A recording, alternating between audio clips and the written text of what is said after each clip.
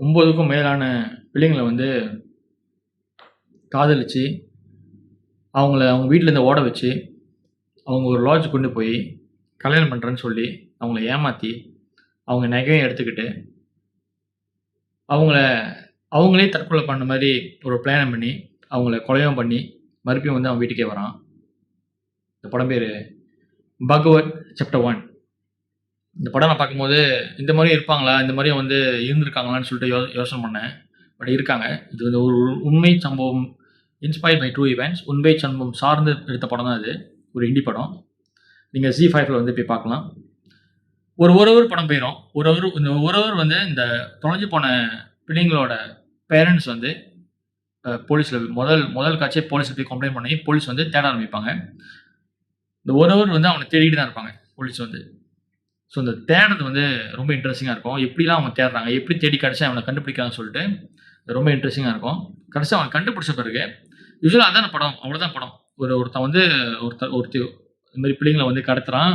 பிள்ளைங்கள கடத்தி கொலை பண்ணி, ஏமாத்தி கொலை பண்ணி, அவன வந்து தேடி கண்டுபிடிக்கிறான். இவ்வளோதான் படமா இருக்கும். பொதுவான படமே. பட் இந்த படம் வந்து அதுக்கும் மேல என்னன்னா, ஒரு ஹவர் தான் அவன தேடி கண்டுபிடிக்கிறது.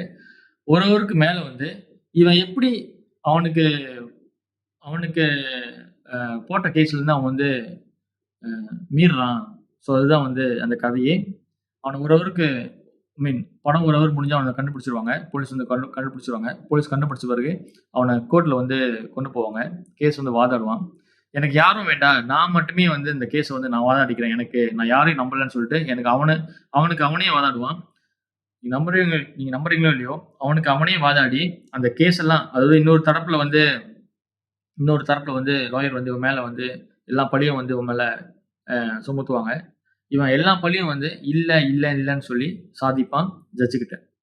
கடைசியா இவனுக்கு முடிவே இல்லையான்னு சொல்லிட்டு யோசிக்கும்போது தான் ஒரு திருப்பமுறை நடக்கும் அவனுக்கு.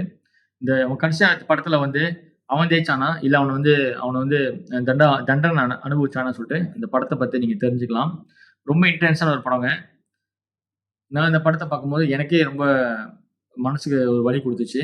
இந்த மாரிலாம் இருப்பாங்கன்னு சொல்லிட்டு எனக்கு ஒரு வலி குடுத்தது. பட் இந்த மாரியும் படம் எடுக்கலான்னு சொல்லிட்டு காமிச்ச படம் தான் இந்த படம். பகவத் சாப்டர் 1 வாய்ப்பு இருந்தா போய் பாருங்க. அதாவது ஜீ இருக்குல்ல, ஜீ ஆன்லைன் சேனல் அதுல இருக்கு. ஓகே, பாய்.